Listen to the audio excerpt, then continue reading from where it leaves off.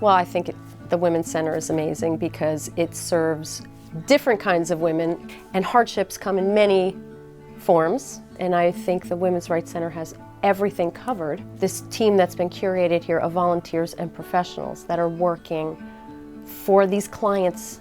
I've watched all of these women speak so eloquently about the very difficult work they've done, and important work they've done, and you see it's in a house in the middle of a downtown city, and it's actually a home. You know, I hope you guys never move from here because it seems like it's so fitting that it's in a house, and it's a hug. It's comforting, I feel, and I'm humbled by it, but I'm proud of it.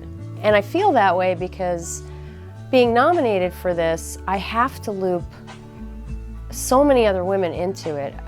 My work with the Bergen Mask Task Force, as the founder, placing that first phone call to these women that I had been working with in February of 2020, COVID hits. Things are a mess. We've all lived through it, we understand. But there was so much in the news about how our first responders weren't equipped with masks. And I knew we have the resources to do something about this, and we have the time because we're home. And I said, why don't we make masks? Why don't we get on top of this? We have everything we need to do this. And then we had 400 volunteers before we knew it in a matter of weeks.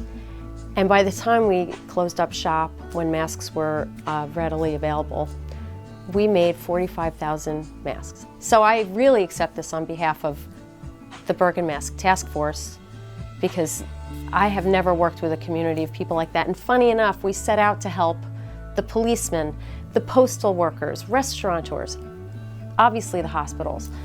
And we ended up creating this community of women that needed each other and felt so useful.